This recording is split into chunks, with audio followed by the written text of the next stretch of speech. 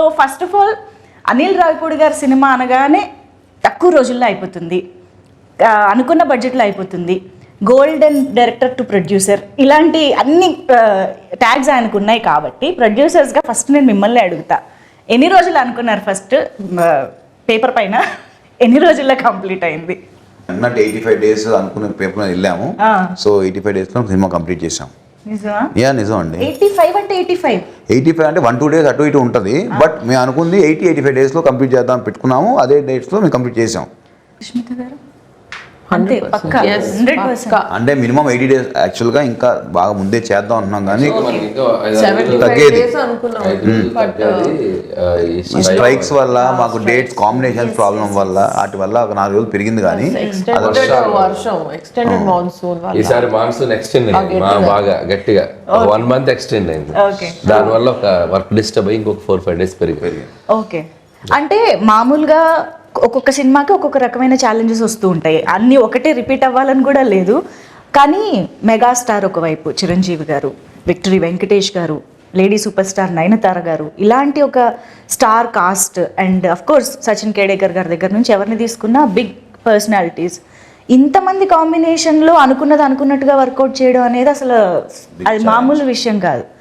ఆ ఛాలెంజెస్ ఏం ఫేస్ చేసి ఉండుంటారు ఇంత వాస్ట్ సినిమాలో? అంటే అది చెప్పాలంటే అండి, డైరెక్టర్ గారికి ఉన్న క్లారిటీ మెయిన్ అని చెప్తాను. ఎందుకంటే సపోజ్ మేము నెక్స్ట్ వీక్ ఈ సీన్స్ చేద్దాం ఈ యాక్టర్స్తో, మాకు ఈ స్ట్రైక్ వల్ల చాలా ఇబ్బంది పడ్డాం. ఆ యాక్టర్స్ డేట్స్ ప్రాబ్లం అవుతాయి, మా లొకేషన్స్ ప్రాబ్లం అవుతాయి, అన్నీ అయినప్పుడు బట్ ఆయనకి ఆ కన్విక్షన్ ఆ విజన్ ఉంది కాబట్టి ఓకే ఈ యాక్టర్స్ లేకపోతే ఆ టైంలో మనం వేరే వర్క్ ఏం చేయొచ్చు అని ముందుగా ప్రీ ప్లాన్ ఉండటం వల్ల కూడా చాలా హెల్ప్ అయింది. లేకపోతే అదే వర్క్ చేయాలన్నప్పుడు సినిమా ఆ టైంకి అవ్వదు. చాలా మంది ఏంటంటే నువ్వు ఎందుకు తొందరపడుతున్నావు, స్ట్రైక్ ఉన్న ఇబ్బంది ఉంది, అనిల్ 10 రోజులు సినిమా తీసేస్తాడు కదా, అనిల్ 20 days సినిమా తీసేస్తాడు కదా, ఫాస్ట్గా తీసేస్తాడు కదా, అనిల్ చూసుకుంటాడు కదా, నువ్వెందుకు మమ్మల్ని టెన్షన్ పెడుతున్నావు చాలా ప్రొడ్యూసర్లు. స్ట్రైక్ ఏదో కాల్ ఆఫ్ చేద్దాం ఏదో చేద్దాం అంటే బట్ వాళ్ళందరికీ ఏంటంటే ఆయన మీద కాన్ఫిడెన్స్, తక్కువ టైం ఉన్నా సరే సో నీకెందుకు టెన్షన్, ఆయన కంప్లీట్ చేస్తాడు, ఆయన 2 days వరకు 1 day తీయగలడు, ఆయనకు అది ఉంది టాలెంట్ అని మొత్తం బట్టనంత ఇచ్చి ఆయన మీద వేసాం. ఆయన స్ట్రెంగ్త్ ప్రీ ప్రొడక్షన్ అండి. ప్రీ ప్రొడక్షన్ లో బ్యాకప్ ఒక బ్యాకప్ రెడీగా ఉంటది ఆయనకి. స్టోరీ అంత గట్టిగా రాసుకుంటారు, ఈ బ్యాకప్స్ కూడా అంత గట్టిగా ఉంటాయి. అంటే ఇది జరగకపోతే నెక్స్ట్, ఇది జరగకపోతే నెక్స్ట్. సో దానివల్ల ఎన్ని ఛాలెంజెస్ వచ్చినా, ఈ డేట్స్ కాంబినేషన్స్ అవన్నీ వచ్చినా we were able to accommodate it because ఒక్కొక్కసారి ఆర్టిస్ట్ లేకపోయినా కూడా ఆర్టిస్ట్ ఉన్నాడని ఆ సీన్ తీసి ఆర్టిస్ట్ విడిగా పిలిపించి మళ్ళీ ఆర్టిస్ట్ దాంట్లో పెట్టి తీస్తాం. అది కామెడీ స్పేస్ లో ఎలా వర్కౌట్ అవుతుంది అనిల్ గారు? తప్పదు ఇక ఆర్ట్ సిచ్యువేషన్ లో. ఇప్పుడు ఓకే సంథింగ్ యాక్షనో డ్రామానో లేదా ఏదో సీరియస్ దో అంటే మేబీ ఏమో అనుకోవచ్చు, comedy is just like reaction కూడా కదా. లాస్ట్ షెడ్యూల్ కొద్దిగా అట్లా అయింది కానీ ప్రతి సీన్ అలా చేయలేం. కానీ ఏదన్నా 1 or 2 సీక్వెన్స్ ఇక కాంట్ బట్ ఇక తప్పదు, రిలీజ్ టైం దగ్గరకు వచ్చాం కాబట్టి అన్నప్పుడు మ్యాచ్ చేసి తీసేస్తాం. నో మనకి విఎఫ్ఎక్స్ వచ్చింది కాబట్టి అండ్ ఎక్స్పీరియన్స్ ఆర్టిస్టులు కాబట్టి ఇబ్బంది లేదు. చెప్పాలి ఇప్పుడు ఈయన అన్నారు కదా, ఒక ఆర్టిస్ట్ లేకపోయినా సజెషన్ లో ఇంకెవరన్నా పెట్టి అది ఫినిష్ చేసాం. That kind of smart work చేశారు ఈయన. బట్ అటువైపు మీరు అన్నట్టు కామెడీకి రియాక్షన్ రావాలి కదా. సో అప్పుడే మా డైరెక్టర్ ఉన్న యాక్టర్ బయటకు వస్తారు. సో ఆ కామెడీ, ఆ డైలాగు, ఆ రియాక్షన్ ఈయన ఇచ్చేస్తే ఆటోమేటిక్లీ ఇక్కడ ఉన్న actor they can perform easily. అది జరిగింది. అందుకనే ఇద్దరు ప్రొడ్యూసర్స్ ల నమ్మకం, స్టార్స్ నమ్మకం మొత్తం మీ మీద. యా, కానీ అనిల్ రావిపూడి గారు అసలు నిజంగా హ్యాట్స్ ఆఫ్ అండి. అంత ఈజీ కాదు, మేము నవ్వుకుంటూ అలా మాట్లాడుతున్నాం కానీ I'm sure this is so challenging. Especially ఒక ఎంటర్టైన్మెంట్ జానరా అనేది బ్రెయిన్ ఎప్పుడు పనిచేస్తూ ఎప్పటికప్పుడు ఆ టైమింగ్ని మీరు జడ్జ్ చేయగలుగుతూ అలా ఉండాలి కదా. Handling all these challenges is very very tough. And especially మీకు డైరెక్టర్గా స్వీట్ సర్ప్రైజెస్ వస్తూ ఉంటాయి అప్పుడప్పుడు ఎక్స్పెక్ట్ చేయనివి. How do you be prepared for that? అంటే ఏదొచ్చినా మనం ఇక పని ఆగకూడదనే మైండ్ సెట్లోనే వెళ్తాం కాబట్టి ఎలాంటి సిచ్యువేషన్ వచ్చినా దానికి ప్లాన్ బి చేసుకుని వెళ్ళిపోవటమే. సో ఇంకా నాకేంటంటే నా మెంటాలిటీ, నా నేచర్ వైజ్ నేను డిస్టర్బెన్స్ ఎక్కువ క్రియేట్ చేసే పర్సన్ కాదు. సో ఉన్న డిస్టర్బెన్స్ని క్లియర్ చేసే టైప్ కాబట్టి that could be easy for me. అంటే మేము విన్నాము ఇంతకు ముందు కూడా, మీరు అన్నారు ప్లాన్ ఏ కాదు, ప్లాన్ బి కాదు, ప్లాన్ సి కూడా పెట్టుకుంటూ ఉంటారు అనిల్ రావిపూడి గారు అన్నట్టు. అది ప్లాన్ సి వరకు ఎలా ఉంటుందంటే సీన్స్లోనా లేకపోతే దాని ఎగ్జిక్యూషన్లోనా? ఈ ప్లాన్లు ఎలా వేసుకుంటారు ప్రీ ప్రొడక్షన్లో? అంటే ప్రీ ప్రొడక్షన్ లో ఎగ్జిక్యూషన్ కి ఏం కావాలో అది చేస్తాం. ప్లాన్ ఏ ప్లాన్ బి అంటే ఏదైనా కో డైరెక్టర్ వేసిన స్కెడ్యూలింగ్ ఏదైనా ప్రాబ్లమ్స్ ఉంటే తప్ప స్క్రిప్ట్ ఆన్ పేపర్ మీద ఏది ఉందో ఎగ్జిక్యూషన్ అదే వెళ్తుంది. దానికి ప్లాన్లు ఏం మారో. ఎలా రాసుకున్నామో సీన్ని దాన్ని ఇంకా నెక్స్ట్ లెవెల్కి ఎలా తీసుకెళ్ళాలి, ఆర్టిస్టులు అందరితోటి ఒక అట్మాస్ఫియర్, పాజిటివ్ అట్మాస్ఫియర్ క్రియేట్ చేసి అవుట్పుట్ ఎలా బాగా తెచ్చుకోవాలి, ఇక ఇవన్నీ నాకు వెళ్ళే ప్రాసెస్లో చేసుకుంటూ వెళ్ళిపోవటమే. ప్లాన్లన్నీ స్క్రిప్ట్లో కాదు, ఎగ్జిక్యూషన్లో డిఫరెంట్గా. ఎస్, మీకు ఇద్దరికి అంటే మీరు ఆల్రెడీ అనిల్ గారితో వర్క్ చేశారు కాబట్టి ఆయన స్టైలు, ఆయన మేనేజ్ చేసే విషయాలు అన్నీ తెలుసు. కానీ సుష్మిత మ్యామ్, మీరు ఫస్ట్ టైం ఇంత క్లోజ్గా వర్క్ చేయడం అంత ఆన్ సెట్స్ జరిగింది కాబట్టి what surprised you the most from Anil గారు?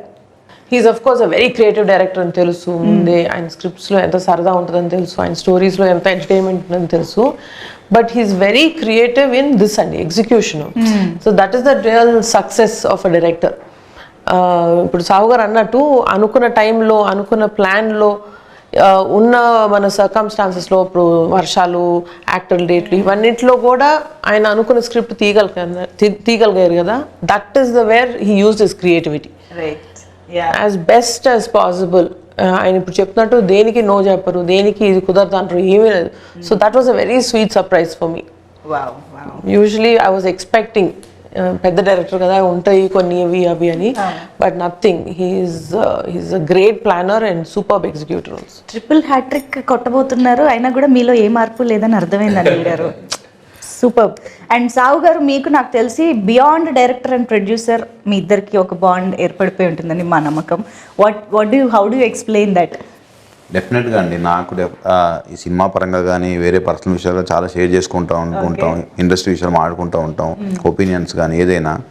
సో దాన్ని ఏమంటాం, మూవీ విషయానికి వస్తే విషయాలంటే అత్తగారు మామగారిని అలాంటివి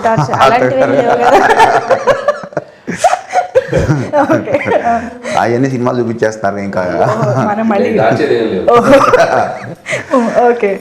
సో ఇంకోటి ఏంటంటే డెఫినెట్గా ఆయన ముందు డైరెక్టర్గా సరే నా సినిమా ఇది బాగుండాలి అని ఎంత ఆలోచిస్తారు, ప్రొడ్యూసర్ కూడా ఈ సినిమా వల్ల ఎంత లాభం ఉండాలి అనేది కూడా ఆలోచిస్తారు. మనం చూస్తే చాలా తక్కువ మంది డైరెక్టర్స్కి అసలు ముందు అది ఉంటుంది. ఈయన ఏంటంటే ముందే బడ్జెట్ వేసేప్పుడు కూడా ఓకే అసలు మనకి ఎంత బిజినెస్ అవుతుంది, మనం ఎంతలో తీస్తే సేఫ్ అవుతాం, ఎట్లా ఏంటి, మనం రేపు పొద్దున్న సినిమా రిలీజ్ అయినా కూడా ఎంత బాగుండాలి, అందరూ బాగుండాలి, బయర్స్ కానీ ఎగ్జిబిటర్స్ అందరూ. సో ఈ స్పేస్లో అందరూ హ్యాపీగా ఉంటే నాకు ముందు హ్యాపీగా ఉంటుంది, నేను పీస్లో పడుకుంటాను. ఎప్పుడు అదే చెప్తాడు, నాకు ఎక్కడ ఇబ్బంది ఉన్నా నాకు చెప్పు, నేను చూసి కంట్రోల్ చేస్తాను. ఎంతసేపు తన మైండ్ ఏంటంటే ఒక ప్రొడ్యూసర్కి ఆ చైన్లో ఉన్న అందరూ కూడా హ్యాపీగా ఉండేటట్టు ఆలోచిస్తారు, కానీ వేరే ఆలోచన ఉండదు. తను ఒక్కోసారి తనే కాంప్రమైజ్ అవుతాడు. సరే సీన్ తీద్దాం అనుకుంటే అబ్బా ఇది ఎందుకు లెక్క చెక్ అవుతుంది, నేను ఇంకో ఆలోచిస్తాను. సో ఆ క్లారిటీ తనకు ఉంది కాబట్టి ఒక సీన్కి 4-5 రకాలుగా కూడా ఆలోచించి ఎక్కడ తగ్గిద్దాము ఏంటి అనేది ఆయనే. నేను అందుకనే అంట నీళ్ళు ఉండగా దిగులు దండగా ఎందుకు అంటానంటే దానికే అంట. సో ఆ ప్రెషర్ అంతా కూడా ఆయనే పడతాడు పాపం. ప్రొడ్యూసర్ల స్లోగన్ నీళ్ళు ఉండగా దిగులు దండగా. అది డెఫినెట్ అండి. ఐ థింక్ బడ్జెట్ విషయంలో మాట్లాడితే ఇంకొక ఇంపార్టెంట్ విషయం ఎస్పెషల్లీ విత్ అనిల్ గారు ఇస్ ప్రమోషన్. అంటే cinema budget divides into 2 parts, ఒక ప్రొడక్షన్కి ఒకటి ప్రమోషన్కి అన్నట్టుగా ఉంటుంది కదా. ఈ ప్రమోషన్ ప్లానింగ్లో హీస్ డెఫినెట్లీ నంబర్ 1 మాస్టర్. మాట్లాడకూడదు ఇప్పుడు, మళ్ళీ ఆయన ప్రమోషన్ తక్కువ అయింది కదా, నేనే ప్రమోట్ చేసి ఎక్కువ రెమ్యూనరేషన్ అడిగేటట్టున్నారు. అవునా? బట్ ఈ ప్లానింగ్ ఎలా జరుగుతుంది, ఏ స్టేజ్ నుంచి జరుగుతుంది, ఆ బడ్జెట్ డివిజన్ ఎలా జరుగుతుంది మాకు తెలియాలి.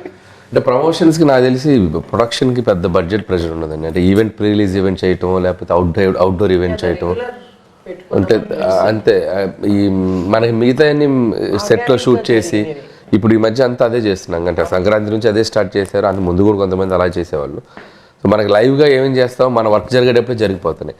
పర్టికులర్గా ప్రొడక్షన్కి బడ్జెట్ అంటే ఈవెంట్స్ చేసినప్పుడు తప్పితే ఈ టైంలో మిగతా అన్ని లైవ్ దీంట్లోనే టీమ్ చేసుకుంటూ వెళ్ళిపోతాం. మన మేకింగ్ వీడియోస్ అని మన దాంట్లో క్లిప్స్ తీసుకొని చేయటం, లేకపోతే చిన్న చిన్న స్కిట్స్ చేయటం. సో ఇట్లా చూస్తే ఆయన ప్రమోషన్ ఫస్ట్ డే స్టార్ట్ చేశారుగా, ఓపెనింగ్ డేనే ప్రమోషన్ స్టార్ట్ చేశారుగా.